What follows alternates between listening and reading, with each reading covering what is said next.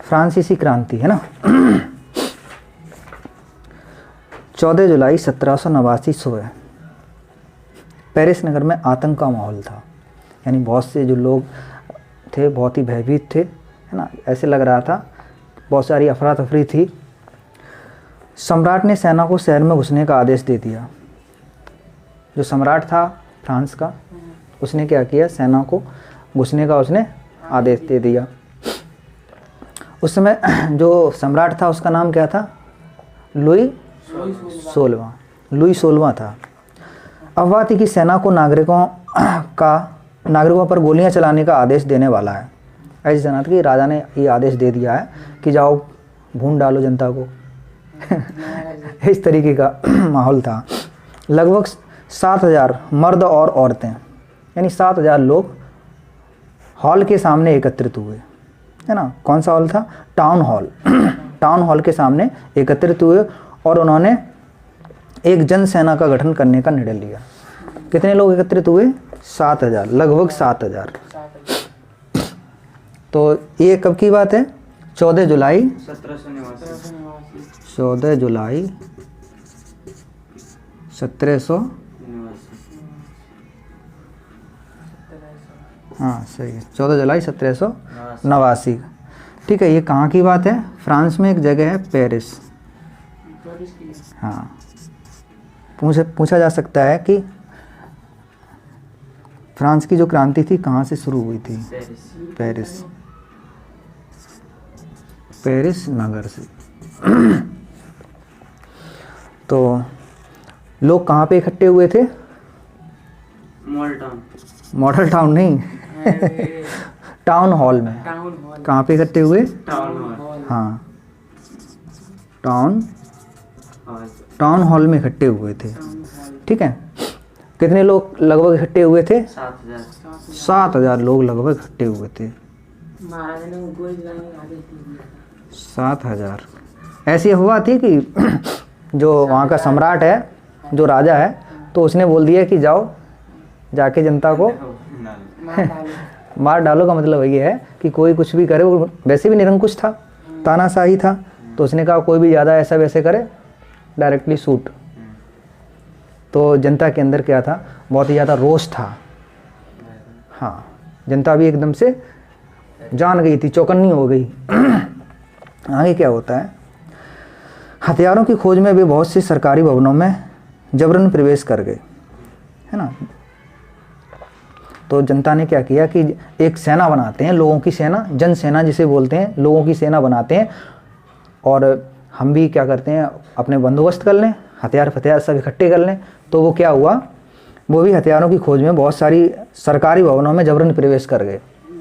और सरकारी भवनों में करेंगे तो पता ही है, जो भी कर्मचारी हैं मारा पीटा, और जो भी वहाँ पे गोला बारूद असला जो मिला, जो भी हथियार मिले वो ले लिए। सैकड़ों लोगों का एक समूह पेरिस नगर के पूर्वी भाग की ओर चल पड़ा और बास्तील किले की जेल को तोड़ डाला। तो वहाँ तो जो हथियार हैं वो कहाँ मिलते, जेल में मिलेंगे।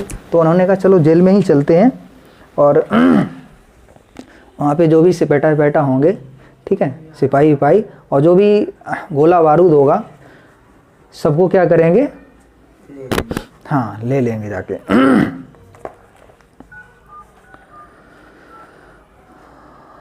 हथियारों पर कब्जे की इस सशस्त्र लड़ाई में बास्तील का कमांडर मारा गया। कौन मारा गया, कमांडर बास्तील। हाँ, बास्तील का कमांडर मारा गया। बास्तील का जो कमांडर था वो मारा गया। और लोगों ने क्या किया था, हथियारों पर कब्जे की इस सशस्त्र लड़ाई में बास्तील का कमांडर मार दिया गया, और जो गोला बारूद थे सारे के सारे लूट लिए। जितनी भी संभावना थी, जितने भी उन्हें मिलने थे उन्होंने लूट लिए। और क्या किया, जो वहाँ पे कैदी थे उन्हें छुड़ा लिया। पे लोगों को मार दिया और क्या किया, उस पर कब्जा कर दिया और कैदियों को छुड़ा लिया गया। यद्यपि उनकी संख्या केवल 7 थी, केवल 7 ही कैदी थे। ठीक है, वहाँ पे जाके उन लोगों को मारा पीटा और छुड़ा लिया। इधर क्या होता है, लड़ाई में बास्तील का कमांडर मारा गया, और सम्राट की जो निरंकुश शक्तियों का प्रतीक होने के कारण बास्तील का किला लोगों की गढ़ा का केंद्र था। जो राजा था बड़ा निरंकुश था, उस पर किसी की बात नहीं मानता था, यानी तानाशाह लगभग था। हाँ, इसलिए किले को ढा दिया गया और अवशेष बाजार में उन लोगों को बेच दिए गए जो इस ध्वंस को बतौर स्मृति चिन्ह सजोना चाहते थे। तो लोगों को ये होता है ना, जब पूरा किला तोड़ दिया गया और तोड़ ताड़ के लोगों ने तो इसके जो अवशेष थे, जो टुकड़े थे, जिनका मतलब बहुत ही ज़्यादा इनमें रुचि थी, उन लोगों ने रख लिए लेके। इस घटना के बाद कई दिनों तक पेरिस तथा देश के देहाती क्षेत्रों में और संघर्ष हुए। अधिकांश जनता पाव रोटी की महंगी कीमतों का विरोध कर रही थी। बाद में इस दौर का हिंसावलोकन करते हुए तो जो जनता थी बड़ा त्राहिमाम मच गया, बहुत ज़्यादा लोगों को प्रॉब्लम्स हुआ। रोटी के लिए भी जो रोटी थी, पाव रोटी थी, उसके लिए भी लाले पड़ गए। तो इसका विरोध किया गया।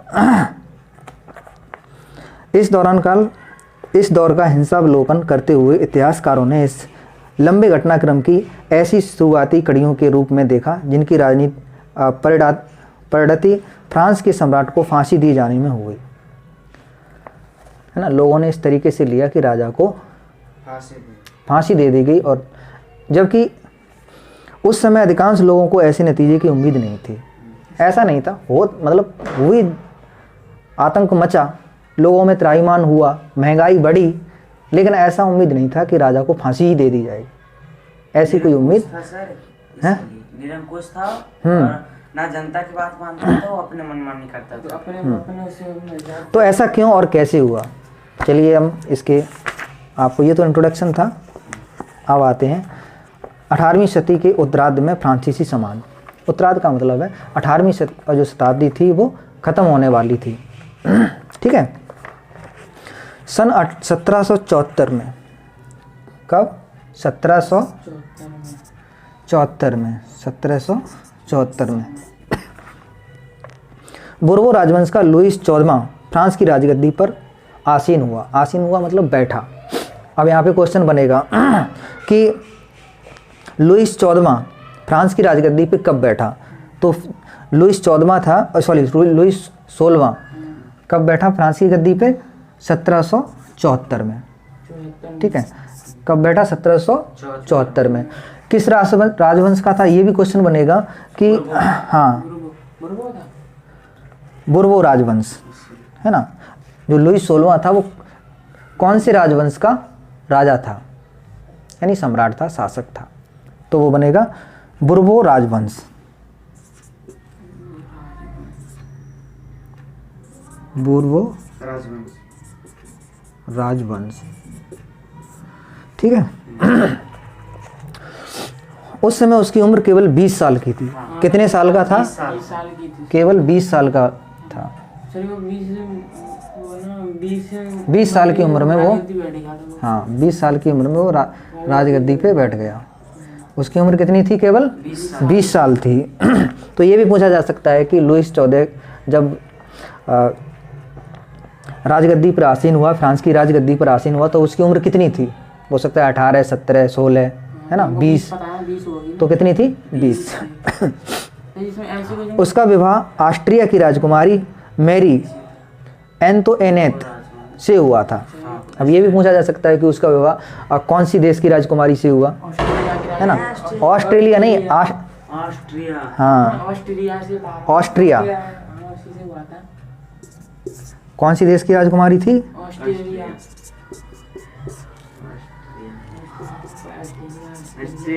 ऑस्ट्रिया। ऑस्ट्रेलिया नहीं, ऑस्ट्रिया, ठीक है। ऑस्ट्रेलिया तो अलग है, हाँ। और राजकुमारी का नाम था, यानी उसकी जो पत्नी थी मैरी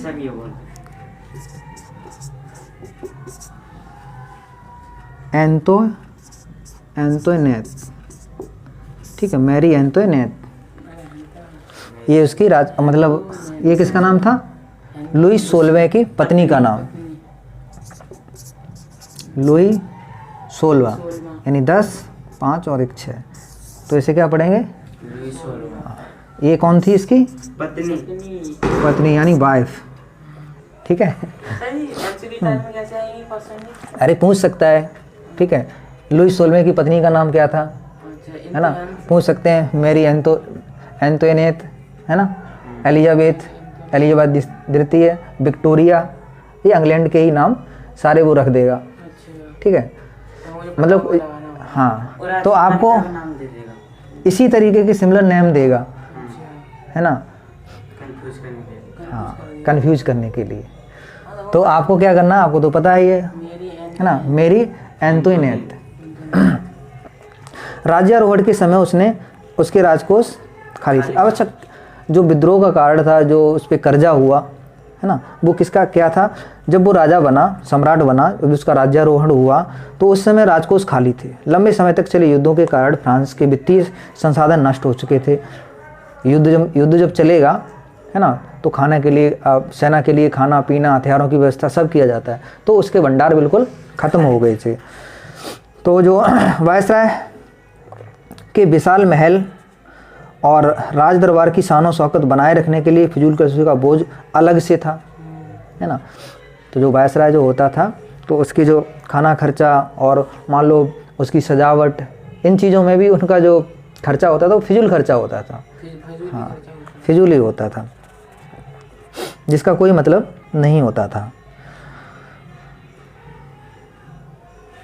लुइस 16वें के शासनकाल में फ्रांस ने अमेरिका के 13 उपनिवेशों का साझा शत्रु ब्रिटेन से आज़ाद कराने में सहायता दी थी। तो उसके लिए उसके खजाने खाली हो गए। कितना हो गया उस पर, पहले से ही कर्ज था और भी ज़्यादा कर्जा हो गया। तो इस युद्ध के चलते फ्रांस पर 10 अरब लिब्रे, हाँ, कितना, फ्रांस का मुद्रा था, हाँ, 10 अरब लिब्रे। तो 10 अरब लिब्रे से अधिक का कर्ज और जुड़ गया, पहले से ही था, ठीक है। ये कैसा हो गया, प्लस हो गया, ये कैसा हो गया, प्लस और जुड़ गया, जबकि उस पर पहले से ही 2 अरब लिब्रे का बोझ चढ़ा हुआ था। उस पर पहले ही कितना था, 2 अरब 2000, सॉरी 2 अरब है, हाँ 2 अरब लिब्रे, 2 अरब लिब्रे पहले से ही था। और उसने अमेरिका के 13 उपनिवेश थे, तो उन्हें क्या कराया, आज़ाद कराने में क्या हुआ, 10,000 लिब्रे और उस खर्च हुआ। तो जो फ्रांस का जो सम्राट था, उसका वो और भी कर्जे में आ गया। अब क्या होता है, सरकार से कर्जदाता अब 10% ब्याज की मांग करने लगे। सरकार से, जो लुई 14 की सरकार थी, उससे 10% कितने प्रतिशत ब्याज की मांग करने लगे, 10% उसकी ब्याज की मांग करने लगे। फलस्वरूप फ्रांसीसी सरकार ने अपने बजट का बहुत बड़ा हिस्सा दिनों दिन बढ़ते जा रहे कर्ज को चुकाने पर मजबूर होगी। भाई कर्जा है तो देना पड़ेगा। अपने नियत खर्चों जैसे सेना के रखरखाव, राज दरबार, सरकारी कार्यकालों, विश्वविद्यालयों को चलाने के लिए फ्रांसीसी सरकार करों में वृद्धि के लिए बाध्य हो गई। जब उसे इतना कर्जा देना है तो वह टैक्स बढ़ाने के लिए क्या हो गई, बाध्य होगी। और टैक्स जो होता था वो कौन देता था, अभी बताया जाएगा, है ना। जो टैक्स होता है, टैक्स मतलब कर, जो कर था, कर बढ़ाने के लिए क्या हो गई, मजबूर हो गई। जो लुई 16 की सरकार थी, वो कर बढ़ाने के लिए मजबूर हो गई, टैक्स बढ़ाने, और टैक्स देते ही जनता, है ना। अब इसमें भी देखो क्या होता है, तो करों में वृद्धि के लिए बाध्य हो गई। एक कदम भी नाकाफी था, इससे भी कर्जा चुकने वाला नहीं था। 18वीं सदी में फ्रांसीसी समाज 3 स्टेटों में बटा हुआ था। अब आपसे पूछा जा सकता है कि फ्रांसीसी समाज कितने भागों में बटा हुआ था, तो कितने भागों में बटा हुआ था, 3 भागों में बटा हुआ था। पहला, और केवल 3 स्टेट के लोग जनसाधारण ही कर अदा करते थे। 3 भागों में बटा हुआ था। प्रथम स्टेट, दूसरा स्टेट और तीसरा स्टेट। कितने भागों में बटा हुआ था, फर्स्ट स्टेट, सेकंड स्टेट और थर्ड स्टेट। तो जो फर्स्ट स्टेट थी,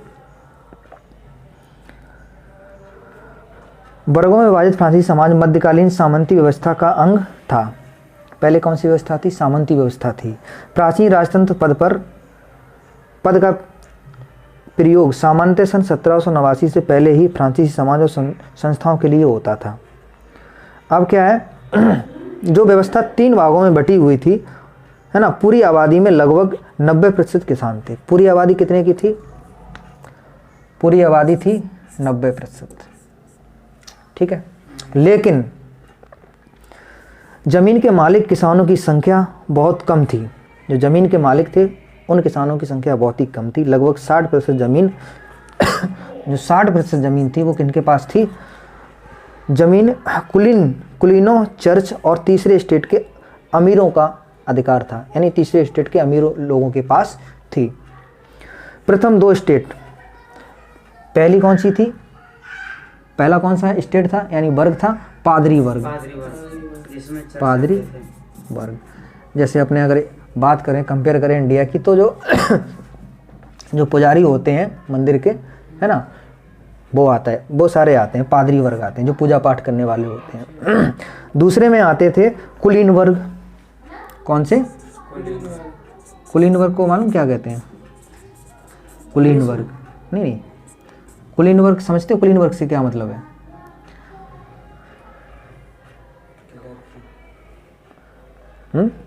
कुलीन वर्ग का मतलब है जो जिनका जो खेतीबाड़ी जिनके पास हुआ करती है, जमींदार। हाँ, कुलीन वर्ग जो जिनके पास ज़मीन हुआ करती थी, है ना, तो उन्हें बोलते थे जमींदार। जैसे अपने यहाँ जमींदार बोलते थे, वैसे वहाँ कुलीन वर्ग बोला जाता था, ठीक है। और तीसरी जो स्टेट था वो था बड़े व्यवसायी, व्यापारी, अदालती कर्मचारी, वकील, है ना, किसान, कारीगर, छोटे किसान, भूमिहीन मजदूर और नौकर, ठीक है। तीसरे वाले में कौन आता था? जनसाधारण। हाँ, जन साधारण। इसमें भी लोग थे, पढ़े लिखे थे, है ना, लेकिन वो तो जो पढ़े लिखे होते हैं, जो अच्छे होते हैं पढ़ाई लिखाई में, तो वो क्या करते हैं, जैसे व्यापारी लोग हो गए, है ना, वकील लोग हो गए, तो ये क्या करते थे, ये तो अपना जो भी फ़ायदा होता था उठा लेते थे। लेकिन जो नीचे वाले लोग थे, जो किसान थे, मजदूर थे, छोटे किसान थे, भूमिहीन किसान थे, है ना, इन्हें कोई लाभ नहीं मिलता था। तो अब यहाँ पे तीसरे स्टेट के अमीर लोगों का, स्टेट के अमीरों का अधिकार था। प्रथम 2 स्टेट कुलीन वर्ग एवं पादरी वर्ग के लोगों को विशेषाधिकार, जन्म से ही विशेषाधिकार था, क्योंकि इन पे कर नहीं लगता था। इन पे कर की क्या थी? छूट थी। इन पे टैक्स की छूट थी। इन पे टैक्स नहीं लगता था, इन्हें जन्म से ही अधिकार था। इनमें सबसे महत्वपूर्ण विशेषाधिकार था राजा को दिए जाने वाले करों से छूट। राजा इनमें इनसे कर नहीं वसूलता था। कुलीन वर्ग को कुछ अन्य सामंती विशेषताएं भी हासिल थीं। वह किसानों के सामंती कर वसूल करता था। जो सामंत था वो सामंती कर भी उस पर किसानों पे ही वसूल करता था। किसान अपने स्वामी को सेवा, स्वामी के घर एवं खेतों में काम करना, सैन्य सेवाओं देना तथा सड़कों के निर्माण में सहयोग आदि करने के लिए बाध्य थे। यानी जो किसान थे, आज भी ऐसा होता है, जो लोग बड़े कमज़ोर वर्ग के हैं, तो जो बड़े अच्छे लेवल के हैं, मतलब अच्छे पैसे वाले हैं, तो देखा होगा आप लोगों ने, वहाँ पे लोग लगे रहते हैं, है ना, कहीं कुछ कराते हैं, कहीं कुछ कराते हैं, बेकार कराते ही रहते हैं। तो चर्च भी किसानों के करों का एक हिस्सा, जो चर्च था, है ना, जो चर्च था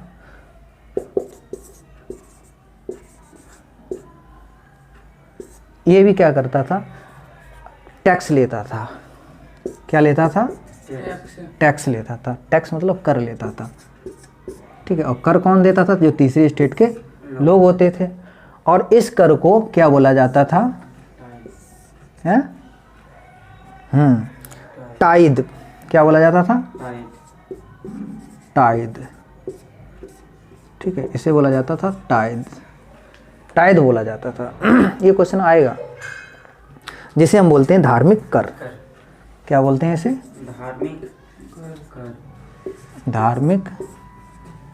धार्मिक कर जिसे बोलते हैं। ये कौन लेता था? चर्च। चर्च के जो पादरी होते थे, है ना, ये चर्च लेता था। और दूसरा जो कर था वो था टाइल। हाँ, तीसरे स्टेट के तमाम लोगों को सरकार को तो कर चुकाना ही होता था। इन करों में और सरकार को भी ये कर लोग देते थे। इसमें भी एक और कर था, ठीक है, उसका नाम था टाइल। कौन सा था? ये सरकार को चुकाते थे, सरकार, ये सरकार को पे करते थे। ये कौन सा टैक्स था, कौन सा कर था? टाइल। टाइल था, टाइल, टाइल, ठीक है। इसे हम बोलते हैं प्रत्यक्ष कर। क्या बोलते हैं? प्रत्यक्ष कर। ये प्रत्यक्ष कर भी अदा करते थे। अप्रत्यक्ष कर नमक और तंबाकू जैसी रोजाना उपयोग की जाने वाली वस्तुओं पर लगाया जाता था। जो अप्रत्यक्ष कर होता है, इनडायरेक्ट जो टैक्स होता था, वो किस पे लगाया जाता था? तंबाकू पर और नमक पर। बिना नमक की खाना नहीं बन सकती है ना, खाना नहीं बन सकता है। और जो गिट्टनियाँ खाने वाले हैं वो बिना तंबाकू के रह नहीं सकते हैं। तो इन पे भी क्या लगता था? कर लगता था। अब ज़्यादातर कौन खाता है तंबाकू? जो बहुत ही गरीब होते हैं, जो रोज़ाना काम करते हैं, है ना, तो महंगी महंगी नशे नहीं कर पाते, तो वो सस्ते ही कर लेते हैं अपने। हाँ, तो इस प्रकार राज्य के वित्तीय कामकाज का सारा बोझ करों के माध्यम से जनता, जो जनता थी, और जनता भी कौन सी थी? तीसरे स्टेट की, तीसरे स्टेट की थी, जो जनसाधारण लोग थे, है ना, उन्हें पे करना पड़ता था। तो यहाँ पे लिब्रे क्या है? आपको एक वर्ड यूज हुआ है, लिब्रे, फ्रांस की मुद्रा है, ठीक है। लिब्रे क्या है? फ्रांस की मुद्रा है, जिसे 1794 में समाप्त कर दिया था। पूछा जा सकता है कि लिब्रे क्या है? तो फ्रांस की लिब्रे क्या है? फ्रांस की मुद्रा, ठीक है। स्टेट क्या है? फ्रांसी क्रांति से पहले फ्रांसीसी समाज में सत्ता और सामाजिक हैसियत को अभिव्यक्त करने वाली श्रेणी थी। हाँ, जैसे कि हर समाज में होती है। पादरी वर्ग, जो चर्च के विशेष कार्यों को करने वाले व्यक्तियों का समूह, जो चर्च में काम करते हैं अपना, उन्हें पादरी। तो टाइद और टाइल का तो बता दिया। टाइद कौन लेता था? चर्च द्वारा वसूला जाता था। और जो टाइल था वो कौन लेता था? सरकार। हाँ, इसे सीधे राज्य को अदा किया जाता था, ठीक है। जीने का संघर्ष, जब इतनी सारी प्रॉब्लम है तो जनता कैसे जिएगी? तो बहुत ज़्यादा संघर्ष चल रहा था, लोगों के खाने के लाले पड़े हुए थे। अधिकतर कामकाज थे, कारखानों में मजदूरी करते थे, और उनकी मजदूरी मालिक तय करते थे। कौन मजदूरी तय करता था? मालिक तय करता। लेकिन मजदूरी महंगाई की दर से नहीं बढ़ रही थी। अब जो खाने पीने की चीज़ें बहुत महंगी हो गई हैं, लेकिन जो पैसा, आज भी ऐसा ही है, हर जगह ऐसा होता है ना। तो उस समय बहुत ज़्यादा बढ़ गई थी। हाँ, बहुत ज़्यादा संघर्ष था, बहुत ज़्यादा बढ़ गए थे। लेकिन अब कहते हैं खर्चे तो बहुत ज़्यादा थे, लेकिन उनकी जो अर्निंग थी बहुत कम थी। जहाँ काम करने जाते थे वहाँ पे तो 100 ही रुपये मिलते थे, लेकिन जो खाने पीने की चीज़ें थी वो 200 रुपये की मिलती थी। तो कैसे गुजारा हो जाए? तो ऐसी हालत थी वहाँ की। और अमीर और गरीबी में बहुत तेज़ी से जो खाई थी वो बढ़ गई, है ना। और क्या हुआ? वहाँ पे सूखा भी पड़ गया। दिक्कत तो कब पैदा हो गई? जब सूखे और ओले के प्रकोप के दौरान फसल पैदा नहीं हुई, सारी फसल गिर गई, सारी फसल बर्बाद हो गई। इससे रोजी रोटी का संकट पैदा हो गया। ऐसे जीव का संकट प्राचीन राजतंत्र के दौरान फ्रांस में काफ़ी आम थे। हाँ, वहाँ पे फ्रांस में पड़ ही जाते थे, लेकिन उस समय पड़ गया तो और भी ज़्यादा दिक्कत हो गई उस टाइम पे। उभरते मध्य वर्ग में विशेषता दौर के अंत की कल्पना की।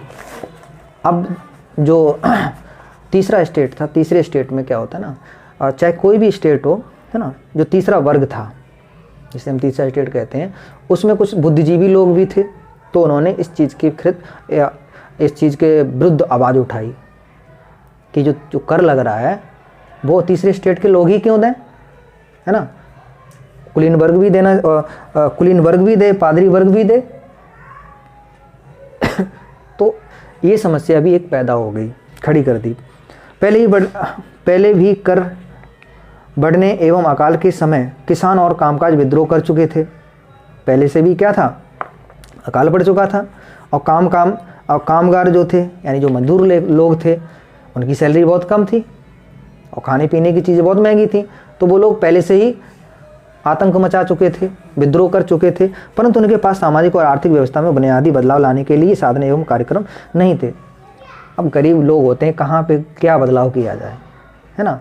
लेकिन उनमें से कुछ थे, जैसा कि हमेशा होता है, कुछ में कुछ न कुछ लीडर आ ही जाते हैं, कुछ न कुछ होते ही हैं समझदार।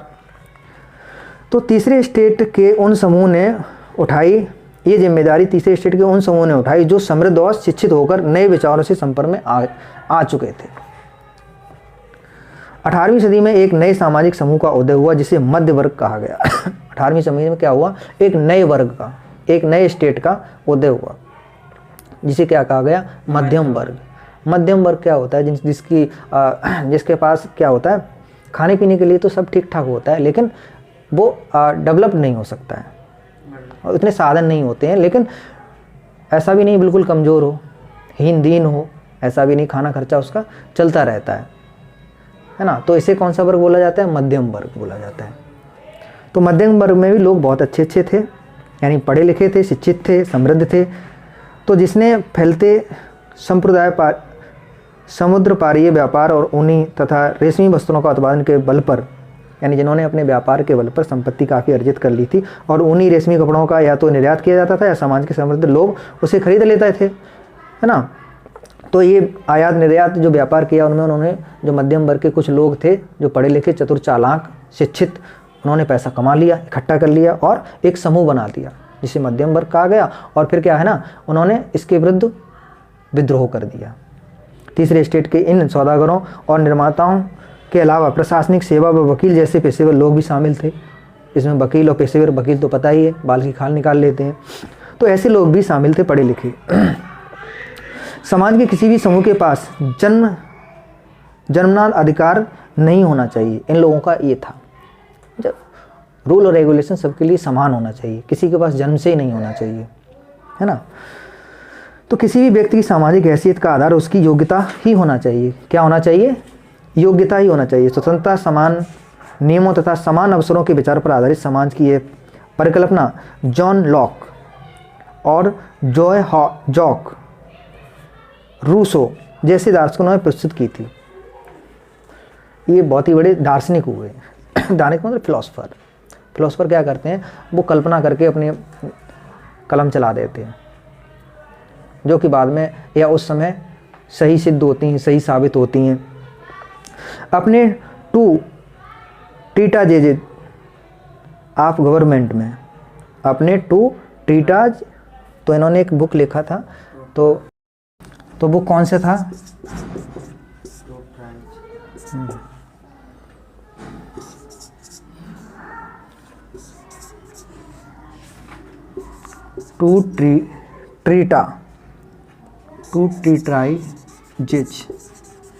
टू ट्राइटेजेस ऑफ गवर्नमेंट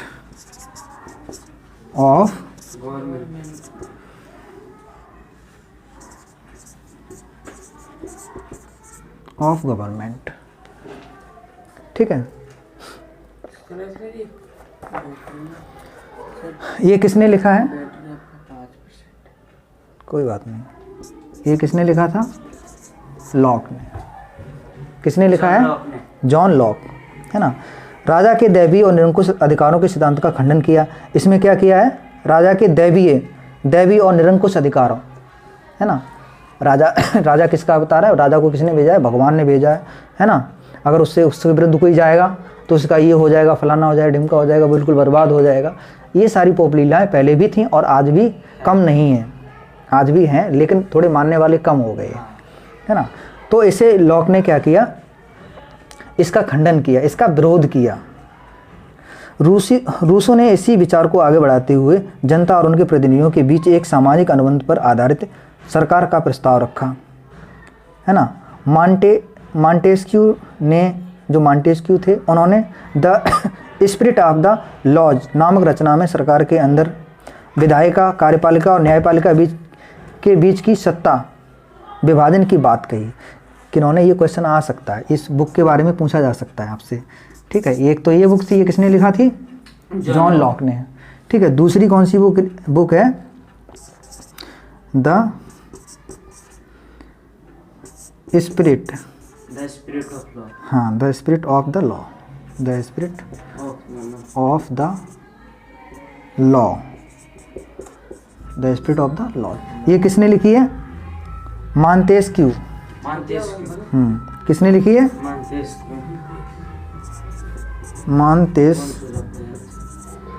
मांटेस्क्यू ने लिखी है। किसने लिखी है? मांटेस्क्यू ने लिखी है। उन्होंने इसमें कल्पना की कि विधायिका, ये सरकार है ना, वो 3 भागों में बटी होनी चाहिए, जैसे कि आज बटी हुई है अपनी, है ना, विधायिका, कार्यपालिका और न्यायपालिका, है ना, सत्ता इनमें बटी होनी चाहिए। जब संयुक्त राज्य अमेरिका में 13 प्रदेशों ने ब्रिटेन से खुद को आज़ाद घोषित कर दिया, तो वहाँ इसी मॉडल की सरकार बनी।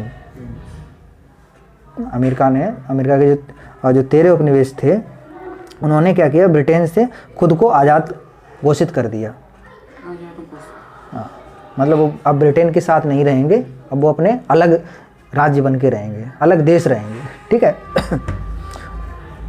फ्रांस के राजनीतिक चिंतकों के लिए अमेरिकी संविधान और उसकी दी गई व्यक्तिगत अधिकारों की गारंटी प्रेरणा का एक महत्वपूर्ण स्रोत थी।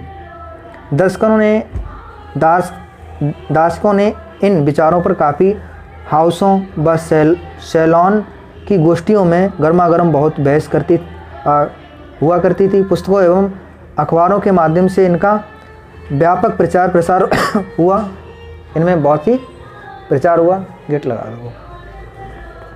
पुस्तकों एवं अखबारों, तो इन्हें लोग बहुत ही पढ़ते थे। इसी समय लुई 16 द्वारा राज्य के खर्चों को पूरा करने के लिए फिर से कर लगाए जाने की खबर से विशेषाधिकार वाली व्यवस्था के विरुद्ध गुस्सा भड़क गया।